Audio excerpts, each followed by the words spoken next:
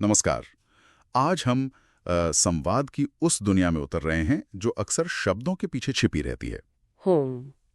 कभी सोचा है कि लोग जो कहते हैं उसका असली मतलब हमेशा वही होता है, या कैसे समझें कि कोई क्या महसूस कर रहा है या शायद पूरी बात नहीं बता रहा। हाँ, ये सवाल तो मन में आते हैं। और क्या हम बिना किसी चालाकी के ईमानदारी से दूसरों को बेहतर करने के लिए प्रेरित कर सकते हैं? बिल्कुल। इन्हीं सवालों के जवाब आज हम हेनरिक फिक्सियस की किताब the art of reading minds के कुछ अहम हिस्सों से निकालने की कोशिश करेंगे। बिल्कुल। आज की हमारी चर्चा का मकसद यही है, संवाद की इन गहरी परतों को खोलना। हम देखेंगे कि कैसे शब्दों के चुनाव से लेकर बॉडी लैंग्वेज तक हर चीज हमें कुछ न कुछ बताती है।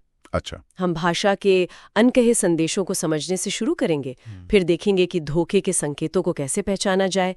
मतलब किसी पर शक करने के लिए नहीं, बल्कि अपनी समझ बढ़ाने के लिए। हाँ, ये जरूरी है। और अंत में बात करेंगे कि कैसे नैतिकता के दायरे में रहकर एक सकारात्मक प्रभाव डाला जाए।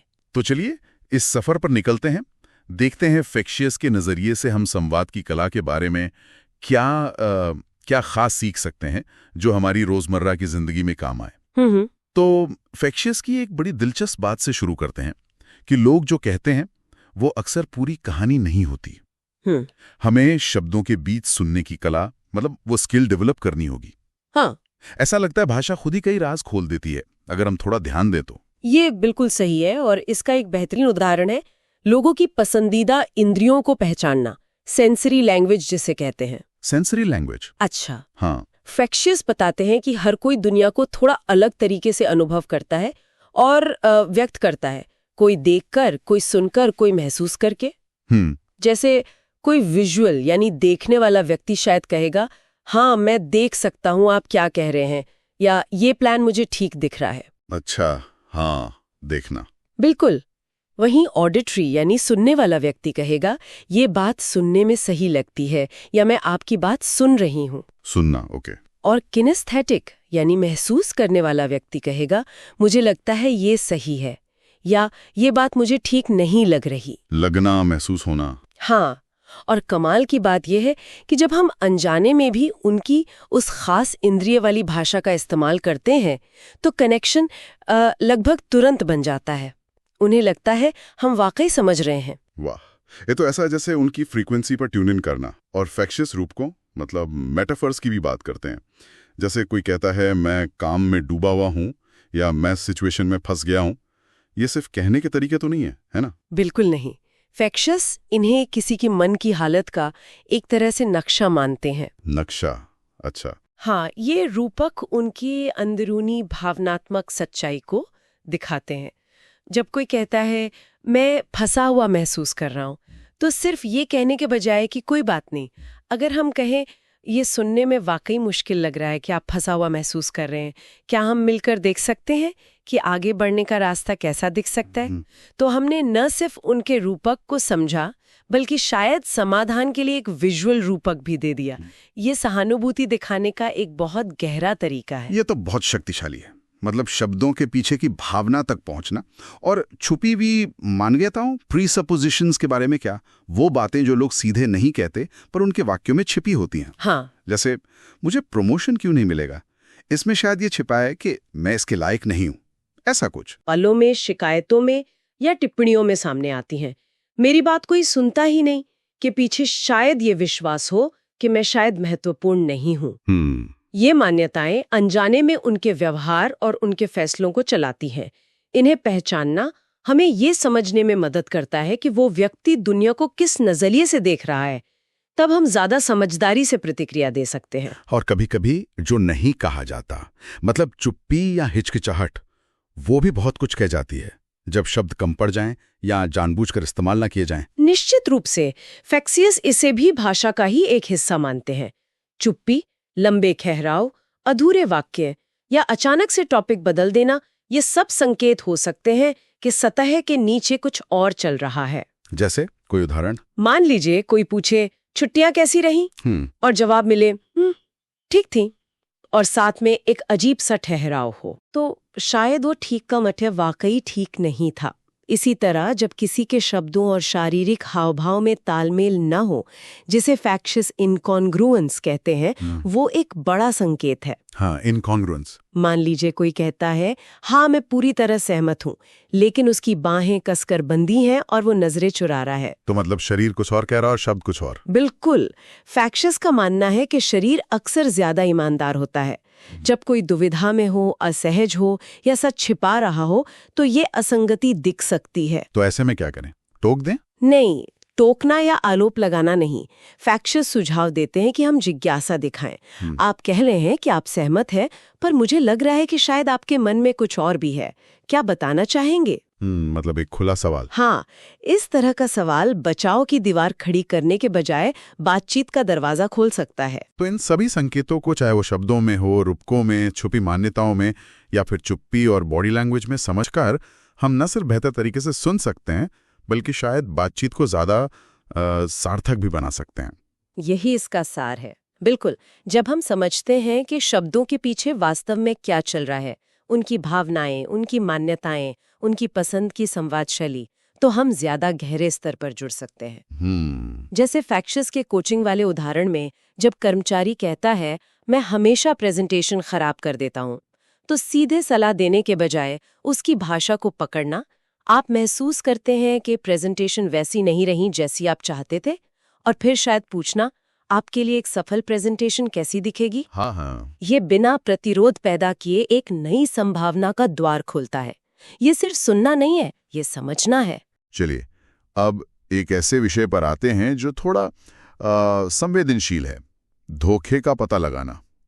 फैक्शियस यहाँ बहुत साफ करते हैं कि लक्ष्य किसी को पकड़ना नहीं है, बल्कि अपनी समझ और अंतर्ज्ञान को विकसित करना है। हाँ, ये समझना बहुत जरूरी है कि फैक्शियस का नजरिया जासूसी वाला नहीं है, बल्कि जागरूकता बढ़ाने वाला है।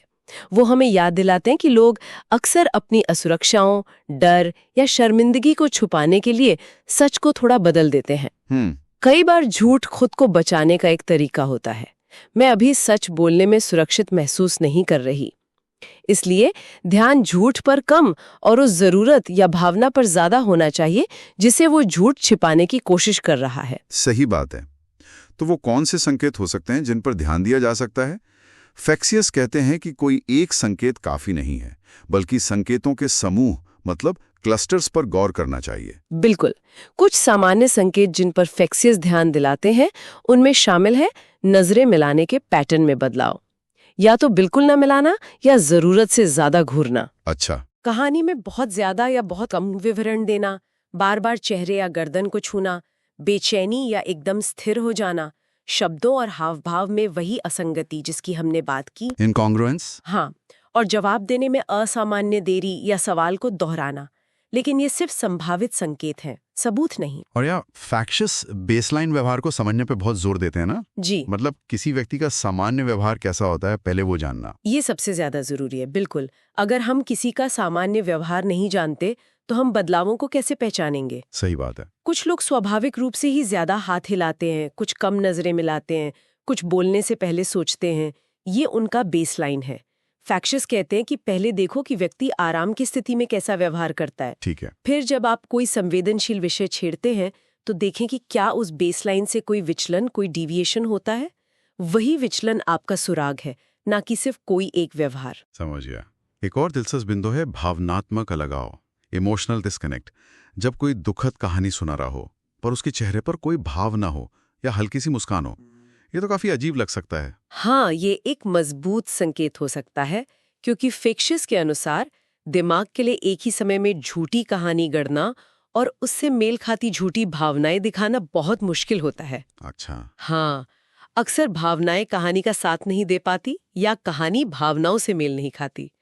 अगर आपको ऐसा कुछ महसूस हो तो ये ध्यान देने लायक है। और कुछ खास तरह के शब्द या वाक्यांश भी ध्यान खींच सकते हैं, जैसे कोई बार बार कहे ईमानदारी से कहूं तो, या सच बताऊं तो। हाँ, फैक्शियस बताते हैं कि जब कोई ईमानदारी पर जरूरत से ज्यादा जोर देता है तो कभी-कभी वो असल में आपको यकीन दिलाने की कोशिश कर रहा होता है। इसी तरह रक्षात्मक सवाल, जैसे मैं आपसे झूठ क्यों बोलूंगा, या जवाब देने से पहले सवाल को शब्दशः दोहराना ताकि सोचने का समय मिल जाए, ये भी ध्यान देने योग्य पैटर्न हो सकते हैं। लंबे या अजीब ठहराव या अचानक विषय बदलना भी संकेत दे सकते हैं। और अपनी गट फीलिंग? अंतरात्मा की आवाज, फेक्शियस इस पर कितना भरोसा करने को कहते हैं? बहुत। फेक्शियस इसे हमारे सबसे शक्तिशाली डिटेक्टरों में से एक मानते हैं। कभी कभी हमें बस अंदर से लगता है कि कुछ ठीक नहीं है, भले ही हम उंगली ना रख पाएं कि क्या। हाँ, होता है ऐसा। ये हमारा अवचेतन मन हो सकता है जो उन सूक्ष्म संकेतों, चेहरे के क्षणिक भावों, आवाज के हल्के उतार चढ़ाव, ऊर्जा में बदलाव को पकड़ रहा है, जिन्हें हमारा चेतन मन नजरअंदाज कर देता है। फेक्शियस कहते हैं कि अपनी गट फीलिंग को सबूत ना माने, लेकिन उसे एक सिग्नल जरूर माने कि आपको और ध्यान से देखने और सुनने की जरूरत है। तो अगर हमें लगे कि शायद कोई सच नहीं बोल रहा, तो फेक्शियस का सुझाव सीधे टकराव का, कॉन्फ्रंटेशन का नहीं है। बिल्कुल नहीं। टकराव या आरोप लगाने से व्यक्ति और ज्यादा रक्षात्मक हो जाएगा। फेक्शियस का पूरा जोर एक सुरक्षित माहौल बनाने पर है, जहां सच्चाई बाहर आ सके। सुरक्षित माहौल? हाँ। क्या तुम झूठ बोल रहे हो पूछने के बजाय वो सुझाव देते हैं कि कुछ ऐसा कहें, मुझे लग रहा है कि शायद इस कहानी में कुछ और भी है, या ये आपके लिए कहना मुश्किल हो रहा है? मैं समझने के लिए यहाँ हूँ। सहानुभूति दिखाना। हाँ, ये दृष्टिकोण ईमानदारी को आमंत्रित करता है, डर को नहीं। सहानुभूति हमेशा टकराव से बेहतर काम करती है। ये बात तो कार्यस्थल पर भी लागू होती होगी, जहां शायद झूठ ज्यादा सूक्ष्म हो, जैसे कोई कहे हाँ प्रोजेक्ट लगभग पूरा है, जबकि असल में नहीं है। बिल्कुल। कार्यस्थल पर संकेत थोड़े अलग हो सकते हैं। फेक्शियस अतिशतिपूर्ति, मतलब ओवर कॉम्पेंसेशन पर ध्यान देने को कहते हैं। असुरक्षा छुपाने के लिए जरूरत से ज्यादा आत्मविश्वास दिखाना। अच्छा। या फिर विक्षेपण, डिफ्लेक्शन, ध्यान भटकाना या दूसरों पर दोष मारना। और अस्पष्टता, वेगनेस, विवरण देने से कतराना। यहाँ भी रणनीति टकराव की नहीं बल्कि स्पष्टता मांगने की है। अच्छा, लगभग पूरा का मतलब क्या है, या अगले कदम क्या हैं, या इसमें क्या चुनौतियां आ रही हैं? हाँ, सही सवाल पूछना। ऐसे सवाल बिना आरोप लगाए ज्यादा जानकारी हासिल करने में मदद करते हैं। और अंत में एक जरूरी बात जो फेक्शियस याद दिलाते हैं, हर झूठ का सामना करना या उसे उजागर करना जरूरी नहीं होता। बिल्कुल। कभी कभी लोग खुद को या दूसरों को बचाने के लिए छोटे मोटे झूठ बोलते हैं। कभी वे अपनी सच्चाई का सामना करने के लिए तैयार नहीं होते। हमारा लक्ष्य हमेशा सच का पता लगाना या किसी को गलत साबित करना नहीं होना चाहिए। समझ, सहानुभूति और यह विवेक कि कब बोलना है और कब मौन रहना है, यही ज्यादा महत्वपूर्ण है। ठीक है। अब आते हैं तीसरे हिस्से पर, प्रभाव डालना, इन्फ्लुएंस, लेकिन बिना चालाकी के, बिना मैनिपुलेशन के। फेक्शियस कहते हैं कि हम सब अनजाने में एक दूसरे को प्रभावित करते ही रहते हैं। सवाल यह है कि क्या हम इसे सचेत रूप से, नैतिक तरीके से कर सकते हैं? ये एक बहुत ही महत्वपूर्ण अंतर है।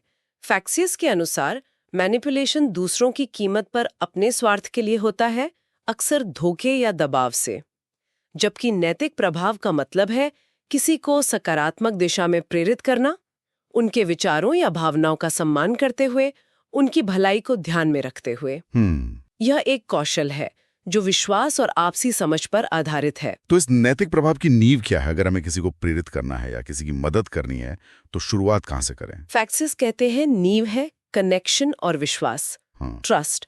लोग तर्क से ज्यादा उस व्यक्ति पर भरोसा करते हैं जिसके साथ वे सुरक्षित और समझा हुआ महसूस करते हैं। हाँ, ये तो है। जैसा कि फेक्शियस लिखते हैं, आपकी प्रभाव डालने की क्षमता उसी क्षण शुरू होती है जब कोई आपकी उपस्थिति में सुरक्षित महसूस करता है। सुरक्षित महसूस करता है। हाँ, और ये सुरक्षा कैसे बनती है?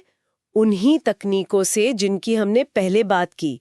सच्ची नजरें मिलाना, सामने वाले के हाव भाव और ऊर्जा से तालमेल बिठाना, जिसे मिररिंग कहते हैं, ध्यान से सुनना, उनकी भावनाओं को समझना और मान्यता देना।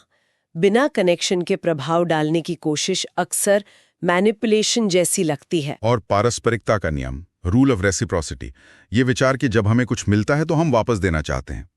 फेक्शियस इसे कैसे देखते हैं? इसे फेक्शियस मानव व्यवहार की एक बुनियादी, एक फंडामेंटल शक्ति मानते हैं। अगर आप किसी को सकारात्मक रूप से प्रभावित करना चाहते हैं तो पहले कुछ दें। सच्ची तारीफ, मदद का हाथ, कोई उपयोगी जानकारी या बस अपना पूरा ध्यान। जब कोई व्यक्ति आपसे मूल्य या समर्थन पाता है तो वो स्वाभाविक रूप से आपके विचारों और सुझावों के प्रति ज्यादा खुला हो जाता है। ये लेन देन स्वार्थ का नहीं बल्कि उदारता का होना चाहिए। जानकारी को प्रस्तुत करने का तरीका, जिसे फेक्सियस फ्रेमिंग कहते हैं, ये भी बहुत मायने रखता है। मतलब एक ही बात को अलग अलग तरीके से कहना। बिल्कुल। फ्रेमिंग का मतलब है आप अपने संदेश को किस संदर्भ में रखते हैं, किस तरह पेश करते हैं। फैक्शियस का उदाहरण ले। किसी को सीधे तुम्हें रोज व्यायाम करना चाहिए कहने के बजाय आप कह सकते हैं, मैंने देखा है कि जब मैं सुबह बस 15 मिनट टहल लेता हूँ तो दिन भर कितना अच्छा महसूस करता हूँ। क्या तुमने कभी ऐसा कुछ आजमाया है? हाँ, फर्क तो है। पहला तरीका आदेश जैसा है, जो शायद प्रतिरोध पैदा करे। दूसरा तरीका एक व्यक्तिगत अनुभव और एक सुझाव साझा करता है, जो जिज्ञासा जगा सकता है। शब्दों का फ्रेम बदलने से प्रतिक्रिया बदल सकती है। और फिर से वही बात, उनकी भाषा का इस्तेमाल करना, वर्बल मिररिंग, ये विश्वास बनाने के साथ साथ प्रभाव डालने में भी मदद करता है। हाँ, फैक्शियस इस पर फिर से जोर देते हैं। जब आप किसी व्यक्ति के पसंदीदा शब्दों, विजुअल, ऑडिटरी, किनेस्थेटिक, उनके रूप को या उनके बोलने की लय और लहजे का इस्तेमाल करते हैं, तो आप अनजाने में ये संदेश देते हैं, मैं आपकी तरह हूं, मैं आपको समझती हूं। जब कोई कहता है मैं इस प्रोजेक्ट को लेके बहुत अंधेरे में महसूस कर रहा हूं, तो आप कह सकते हैं, मैं समझ सकती हूं कि अंधेरे में महसूस करना कैसा लगता होगा।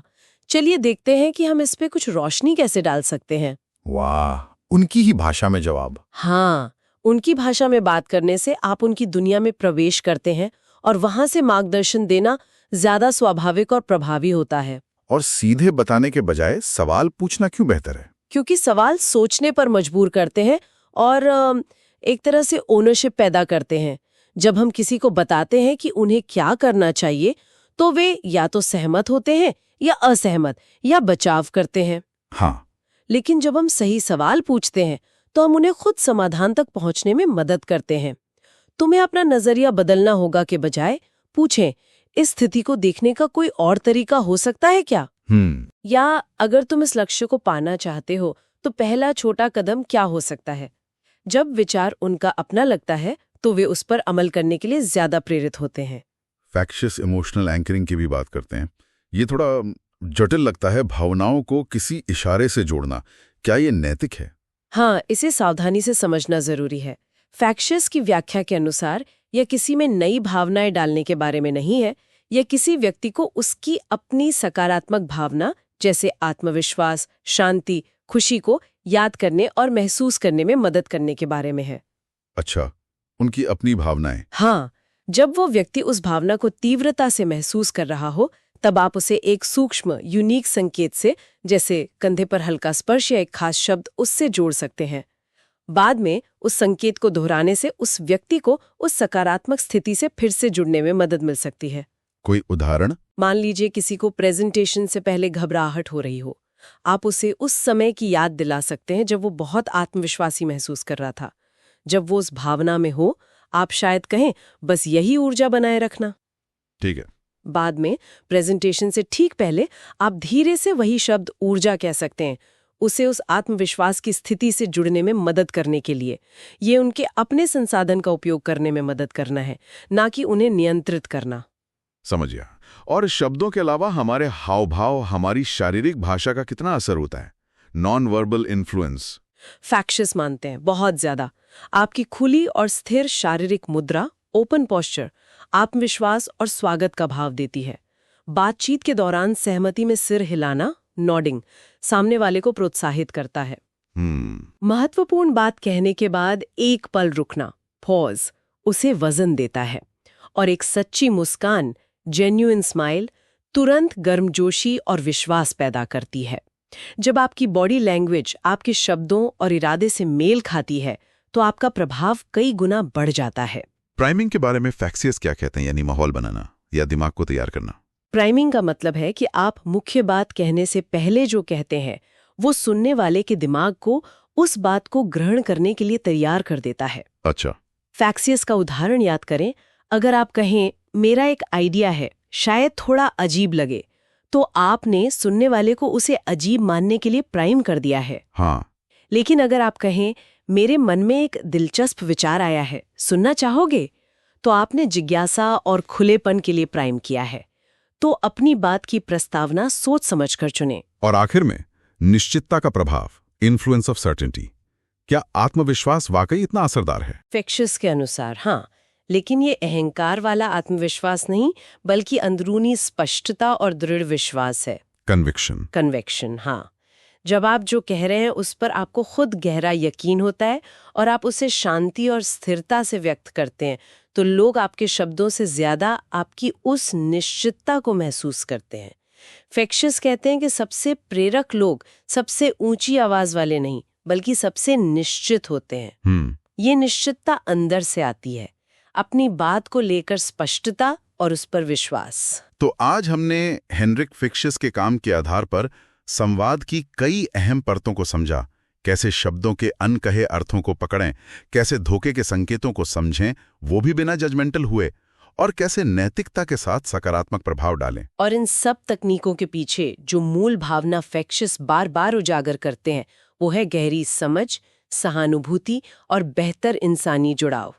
ये कौशल दूसरों को नियंत्रित करने के लिए नहीं है, नहीं, बिल्कुल नहीं, बल्कि खुद को और दूसरों को बेहतर समझने के लिए है, ताकि हमारे रिश्ते और संवाद ज्यादा ईमानदार और सार्थक बन सकें। जाते जाते एक सवाल सोचने के लिए छोड़ जाते हैं। अगर हम इन सूक्ष्म संकेतों, अपनी भाषा, अपनी भावनाओं, अपनी शारीरिक प्रतिक्रियाओं पर खुद के अंदर ध्यान देना शुरू करें, तो ये हमारी आत्म जागरूकता को कितना बढ़ा सकता है? अच्छा सवाल है। और ये जानते हुए कि फ्रेमिंग और प्राइमिंग कितने शक्तिशाली हैं, हम रोज अनजाने में किस तरह अपनी और दूसरों की सोच को आकार दे रहे हैं, इस पर विचार कीजिएगा।